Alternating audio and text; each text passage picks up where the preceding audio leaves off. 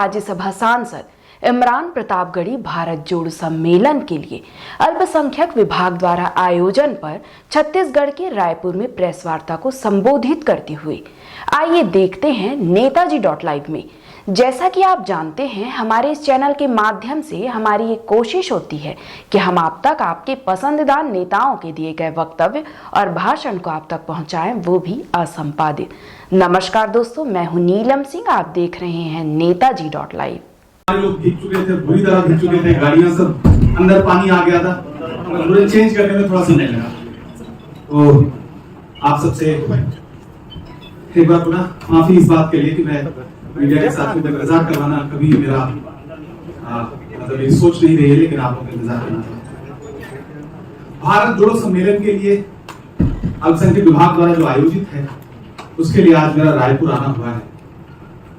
अल्पसंख्यक विभाग पूरे देश में भारत जोड़ो यात्रा का संदेशा जमीन तक पहुंचाने के लिए, ग्राउंड तक पहुंचाने के लिए 100 कार्यक्रम कर रहा है। इसमें भारत जोड़ो सम्मेलन है, भारत जोड़ो मुशायरा है, कवि सम्मेलन है, भारत जोड़ो बुनकर संवाद कर रहे हैं हम, भारत जोड़ो छात्र संवाद कर रहे हैं हम लोग। तो पूरे देश में जा रहे हैं। ये हमारा आज 15वां कार्यक्रम है।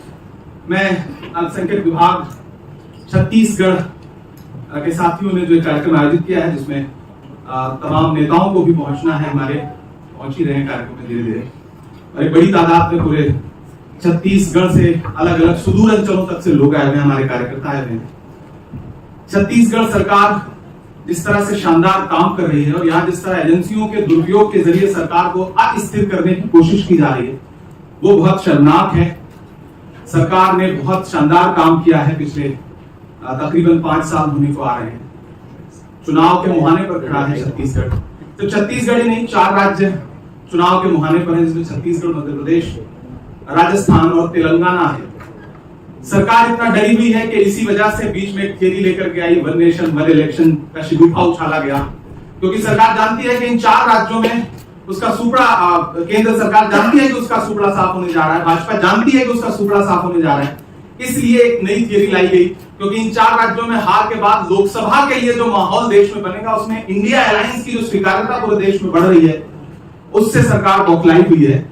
इसीलिए आनंद फानंद में जब इंडिया अलायंस की बैठक चल रही थी मुंबई में, तो आपने देखा होगा कि उन्होंने विशेष सत्र जो है वो बुला लिया, उसी समय कॉल किया गया। आज मैंने सुना कि प्रधानमंत्री जी को भी छत्तीसगढ़ आना था, लेकिन हमारे विभाग ने शानदार बारिश में भी कार्यक्रम करने का साहस जुटाया, लेकिन भारतीय जनता पार्टी को साहस नहीं जुटा सकी और उनका कार्यक्रम मैंने सुना है कि रद्द कर दिया गया है। आगे पहुंच गए, बारिश बंद होने के बाद आए। चलिए, स्वागत है उनका।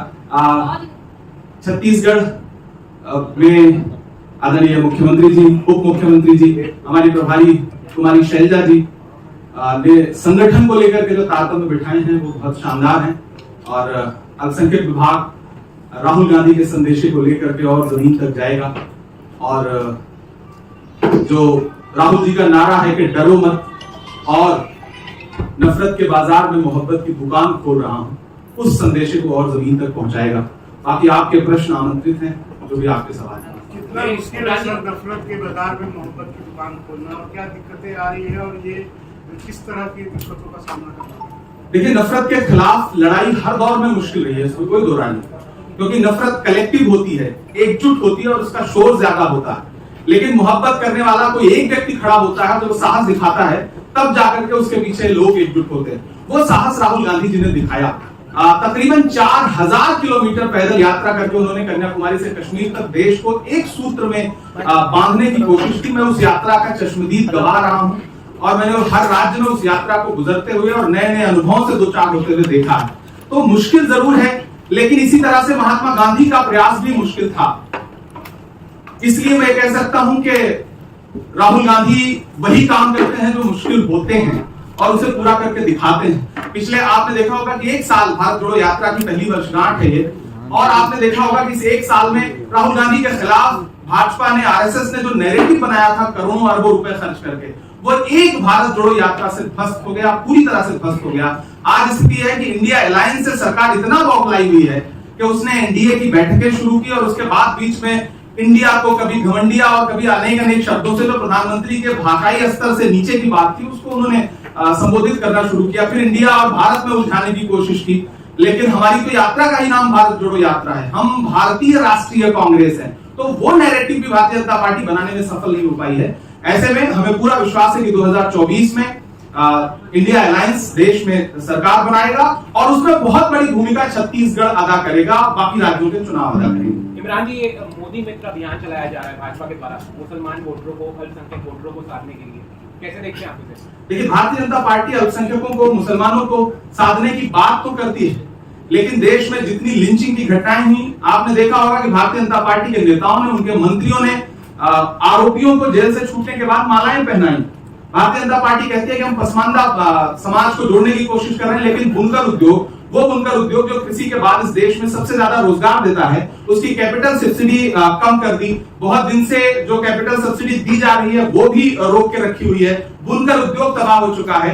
छोटे छोटे वो कारोबार जो पसमानदा मुसलमानों के हाथ में थे देश के अलग अलग राज्यों में, अलग अलग छोटे छोटे पॉकेट में, वो पूरी तरह से बर्बाद हो चुके हैं। तो सरकार किस मुंह से कहती है कि हम लोग जोड़ने की कोशिश कर रहे हैं? मौलाना आजाद नेशनल फेलोशिप बंद कर दी गई, मदरसा छात्रों की ग्रांट्स रोक दी गई, उनकी फेलोशिप बंद कर दी गई। तो सरकार कौन से प्रयास ऐसा कर रही है कि सबका साथ सबका विकास दिखाई पड़े?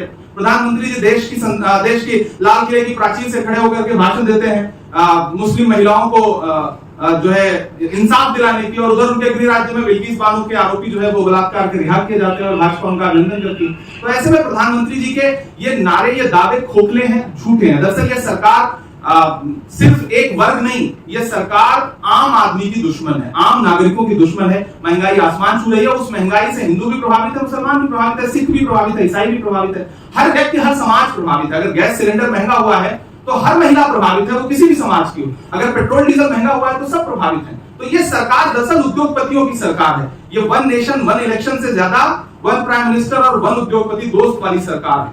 तो ऐसे में मेरा मानना है कि ये भाजपा का सिर्फ शगुफा है, उससे ज्यादा कुछ भी नहीं। आज मोदी जी ने बयान दिया है, सनातन पर लगातार जो हमले हो रहे थे उस पर कहा है कि ये दोबारा गुलामी की ओर ढकेलने की कोशिश है और सनातनी जो है वो सतर्क रहे। देखिए, मेरा मानना है कि राहुल गांधी जी से बड़ा शिव भक्त कौन है? पूरी भारत जोड़ो यात्रा के दौरान राहुल गांधी जी ने करके दिखाया। अपने वक्तव्य में उन्होंने कहा कि मैंने शिव की तरह उपासना करने का सोचा और तब ये यात्रा शुरू की। बाकी अगर कहीं कोई दक्षिण में कोई किसी क्षेत्रीय पार्टी का नेता अगर कोई बयान दे रहा है तो उससे कांग्रेस पार्टी का कोई लेना देना नहीं है, वो उनके व्यक्तिगत विचार हैं। हम सर्वधर्म समभाव में विश्वास रखते हैं, हम वसुधैव कुटुंबकम की भावना में विश्वास रखते हैं। अगर कोई बयान दे रहा है तो ये उसका व्यक्तिगत मत है। अगर भारतीय जनता पार्टी किसी उदयनिधि स्टालिन के बयान को आधार बना के कांग्रेस से सवाल पूछेगी तो भारतीय जनता पार्टी को सबसे पहले तो जीतन राम मांझी जी के बयान पे सफाई देनी पड़ेगी। नरेश अग्रवाल जी उनकी पार्टी का हिस्सा है, उनके संसद में बोले गए बयान पे सफाई देनी पड़ेगी। इसी में एक सवाल है, क्योंकि ये सवाल इसलिए उठ रहे हैं कि इंडिया गठबंधन को लीड कांग्रेस ने किया, एक बहुत महत्वपूर्ण तंत्र है कांग्रेस उसमें, और चूंकि जिसको आपने दोस्त माना है, वो दोस्त ये भाषा बोल रहे हैं, तो आपका उसके साथ होना क्या माने लगता है? भारतीय जनता पार्टी ने ओम प्रकाश राजभर जी को, जीतन राम मांझी जी को चिट्ठी लिख करके स्वागत किया, दोस्त बनाया, अपने गठबंधन का हिस्सा बनाया। ये देश बहुत विविधताओं भरा देश है, इसमें अलग अलग विचारधारा, अलग अलग समाज, अलग अलग वैचारिक रूप से राजनीति करने वाले लोगों का देश है ये। भाजपा पहले उन पर जवाब दे, उसके बाद हमसे सवाल पूछे। हम तो सीधे सीधे कह रहे हैं कि हमारा उस बयान से कोई लेना देना नहीं, हम सर्वधर्म समभाव में विश्वास रखते हैं। जिस मोहब्बत की बात आप कर रहे हैं, 80 करोड़ की आबादी को अगर वहां पे इस तरह से बेइज्जत किया जाए, सिर्फ 80 करोड़ की बात आप क्यों कर रहे हैं? हम 140 करोड़ लोगों की बात कर रहे हैं। हमारा जो राजनीति का जो हमारा दायरा है उसमें 140 करोड़ लोग आते हैं। हमारा तो हम बंटवारे की राजनीति नहीं करते। बंटवारे की राजनीति भारतीय जनता पार्टी करते। भारतीय जनता पार्टी को सबसे पहले जीतन राम मांझी जी और नरेश अग्रवाल जी पे प्रश्न उठाना चाहिए और उनके जवाब देना चाहिए। विशेष सत्र बुलाया जा रहा है, क्या भूमिका होगी? जी, विशेष सत्र बुलाया जा रहा है, इंडिया गठबंधन की इसमें क्या भूमिका होगी? नहीं, मुझे तो सबसे पहले हैरत यही है कि इतना आकस्मिक रूप से सत्र बुलाने की आवश्यकता क्या आन पड़ी सरकार से? पहले तो मेरा प्रश्न ये है, ये सरकार वो सरकार है कि मणिपुर पर पूरा विपक्ष चीखता रहा, प्रधानमंत्री जी एक दिन एक शब्द बोलने के लिए नहीं आए, और फिर भारतीय जनता पार्टी नैरेटिव बनाती है कि प्रधानमंत्री जी ने 9 साल में कोई छुट्टी नहीं ली। अगर संसद का सत्र चल रहा है, 23 दिन का सत्र है, प्रधानमंत्री जी सिर्फ 2 दिन चेहरा दिखाने के लिए आते हैं, तो बाकी 21 दिन तो छुट्टी हुई ना। अगर प्रधानमंत्री जी मणिपुर पर बोलने से परमानेंट छुट्टी लेकर के बैठे हैं तो ये छुट्टी हुई ना। प्रधानमंत्री जी अगर चलते संसद सत्र के बीच में जाकर के अपनी पार्टी के चुनावी कार्यक्रमों में भाग ले रहे हैं तो ये छुट्टी हुई ना। तो इस आकस्मिक सत्र को बुलाने की आवश्यकता सरकार को क्या आन पड़ी, वो पहले बताएं। हमारे मुद्दे वही हैं, हम अडानी पर सवाल करेंगे, हम मणिपुर पर सवाल करेंगे, हम महंगाई पर सवाल करेंगे। हमारे मुद्दे जन सरोकार से जुड़े हुए मुद्दे। सर ये इंडिया वाला क्या मोदी जी ने इंडिया को भारत कर दिया जी, इंडिया को भारत कर दिया। नहीं, आधिकारिक तौर पे ऐसा करने का, जब देश का संविधान कहता है कि इंडिया दैट इज भारत, जब संविधान सभा जो डॉक्टर बाबा साहब भीमराव अम्बेडकर की अगुवाई में ये कह चुकी कि इंडिया दैट इज भारत, तो कहां से आप इंडिया हटाओगे? आप एम्स से इंडिया हटा दोगे, आप इसरो से इंडिया हटा दोगे, आप IIM से इंडिया हटा दोगे, आप IIT से इंडिया हटा दोगे, आप क्या नोट से भारतीय रिजर्व बैंक जो गवर्नमेंट ऑफ इंडिया जो उस पर लिखा हुआ है, तो क्या देश दूसरी नोटबंदी के लिए तैयार है क्योंकि आपको नोट से इंडिया शब्द हटाना है? मेरा तो सरकार से सवाल है, क्या केंद्र सरकार दूसरी नोटबंदी करना चाहती है? हमने कहा ना, हम भारत और इंडिया, हम बंटवारे की राजनीति में विश्वास ही नहीं रखते। ये भाजपा की राजनीति है। हमारा नाम भारतीय राष्ट्रीय कांग्रेस है। हमने भारत जोड़ो यात्रा की है, हमने भारत पेट्रोलियम बनाया, हमने भारत नाम से कितना कुछ, BHL हमने बनाया है, भेल हमने बनाया है। तो ये सरकार क्यों बंटवारे की राजनीति करना चाहती है? मुझे लगता है आप लोगों को सवाल सरकार से पूछना चाहिए। जी सर, अगर विशेष सत्र में यूनिफॉर्म सिविल कोड को लेकर के आती है सरकार, तो आप लोग का क्या स्टैंड होगा? देखिए, हमारा शुरू से एक स्टैंड है कि भारत बहुत विविधताओं का देश है। क्या यूनिफॉर्म सिविल कोड ला करके ये सरकार आदिवासियों के अधिकार छीनना चाहती है? मेरा सरकार से सवाल है। इस देश में बड़ी तादाद में आदिवासी रहता है। मैं जिस राज्य में बैठा हूं, छत्तीसगढ़ में, यहाँ ये आदिवासी बाहुल्य एक तरह से ये कहूं तो आदिवासी केंद्रित राज्य है। और क्या यूनिफॉर्म सिविल कोड ला करके सरकार आदिवासियों के अधिकार छीनना चाहती है? अगर छीनना चाहती है तो अपनी स्थिति स्पष्ट करे। तो क्या जो आदिवासी जो यहाँ के मंत्री हैं वो कहते हैं कि हम हिंदू नहीं है, इस बात का भी जिक्र होता है और अलग कोड की मांग करते हैं, तो क्या आपको लगता है कि आदिवासियों को अलग कोड देना चाहिए? नहीं, आदिवासी समाज जो मांग कर रहा है उस पे उनकी अपनी एक उनका अलग कल्चर है। और मैंने कहा ना, भारत विविधताओं का देश है, तो हमें हर संस्कृति, हर सभ्यता, हर कल्चर का सम्मान तो करना ही है। उनके जो अधिकार है उन्हें अधिकार देने चाहिए। और कोई प्रश्न? सवाल नहीं है, आपसे गुजारिश है कि एक प्रेस कॉन्फ्रेंस का वो अंजाम अपने देखिए, इस सरकार ने बहुत वादे किए थे, दावे किए थे और नारे लगाए थे अच्छे दिन देने का। मेरा शेर है कि मोहब्बत भाईचारे के दीवाने दिन ही लौटा दो, वो सस्ती दाल सब्जी के सुहाने दिन ही लौटा दो। ये अच्छे दिन तो अंबानी अडानी को मुबारक हो, हमें ऐसा करो साहब पुराने दिन ही लौटा दो। हम उन्हीं पुराने दिनों की तलाश में हैं, जब पेट्रोल डीजल 58 रुपए लीटर था, जब गैस सिलेंडर 400 रुपए लीटर था, जब खाने वाला तेल, रसोई का तेल 70 रुपए लीटर था, जब आटा चावल दूध दही सब कुछ सस्ता था। केंद्र सरकार तो ऐसी सरकार है जो अपनी पसंद की फिल्मों को प्रश्रय देती है और कफन पे GST लगाती है। तो हम उस विचारधारा के खिलाफ लड़ रहे हैं, क्योंकि ये सरकार सिर्फ और सिर्फ उद्योगपतियों की सरकार है। इसे आम आदमी से, आम नागरिकों से कोई सरोकार नहीं है। बहुत धन्यवाद। ये प्रायोजित शॉर्ट फिल्म कांग्रेस पार्टी द्वारा बनाई गई है अपने विरोधियों को संदेश देने के लिए। आइए देखते हैं।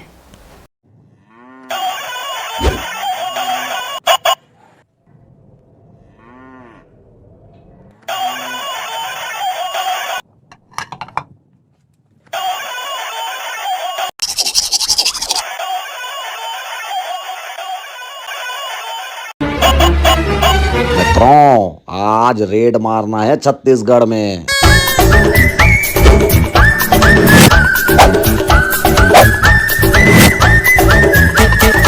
ईडी ईडी ईडी ईडी, ये ईडी ईडी क्या है? ये ईडी ईडी, ये ईडी ईडी क्या है? ये ईडी ईडी। जब बेरोजगारी भत्ता मिले तो मोदी भेजते हैं ईडी ईडी ईडी ईडी।